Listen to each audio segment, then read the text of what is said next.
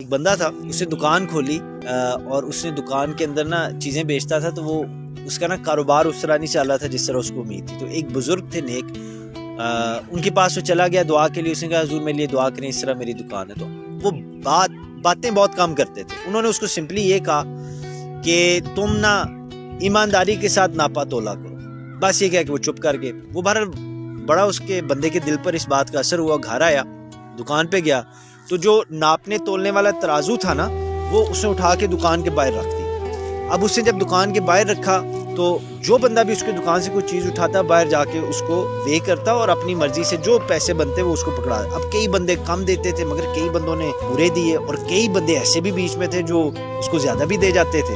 تو بہرحال کرتے کرتے نا اس کا بزنس بہت آگے چلا گیا، بڑا کامیاب ہو، اتنا کامیاب ہوا کہ اب ویسے تو آپ نے دیکھے نا ترازو کے اوپر ایک طرف پتھر رکھے جاتے ہیں، اس نے وہ سونے کے پتھر بنوائے، اتنا اس کا کاروبار کامیاب ہو گیا۔ وہ سونے کے پتھر پتھر جو تھے باہر رکھوا دیے، ویئنگ سٹونز، کہ لوگ آئیں اور اس سے اپنا وہ کریں۔ ایک دن اس کے دل میں خیال آیا کہ جن کی دعا کا صدقہ، ان کی نصیحت کا صدقہ اتنا میرے پہ کرم ہوا ہے، میں چل کے ان کو اپنا حال سناتا ہوں۔ وہ ان کے پاس گیا، بزرگوں کے پاس، اس نے جا کے سونے کے پتھر جو تھے ان کو پیش کیے۔ اس نے کہا حضور یہ دیکھیں، آپ کی دعا سے، آپ کی نصیحت میں میں نے عمل کیا تو اللہ کا کتنا کرم اور فضل ہوا۔ آپ نے کچھ نہ فرمایا اور آخر میں صرف ایک بات کہی، آپ نے کہا کہ ان پتھروں کو جا کر، یہ جو سونے کے پتھر ہیں، پھینک دو، بس کہہ کے چپ کر کے۔ وہ بندہ پریشان ہو گیا، اس نے کہا کہ یہ پتہ نہیں مجھے کیوں کہہ رہے ہیں۔ بہرحال وہ اٹھا، اس نے اسی طرح جا کے دریا میں پتھر پھینک دیے اور دکان پہ چلا گیا۔ کچھ دن گزرے، دریا کے کنارے پر پتھر جو تھے وہ سونے کے وہ پڑے ہوئے تھے۔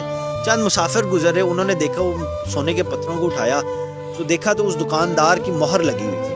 اس سمے وہ دکاندار بھی بڑا مشہور تھا۔ انہوں نے کہا کہ جی یہ اسی کے پاس ہے، تو اسی کے پتھر ہیں، شاید گم گئے ہوں گے، اس کو دیکھتے ہیں۔ اس کے پاس جب گئے، اس کو دیے، وہ پریشان ہو گیا۔ اس نے کہا کہ مجھے تو انہوں نے کہا تھا پھینک دو، تو یہ تو واپس آ گئے ہیں۔ تو پریشانی کی حالت میں ان کے پاس گئے، اس نے کہا حضرت آپ نے کہا تھا پھینک دو، میں نے پھینک دیے، یہ خود ہی واپس آ گئے۔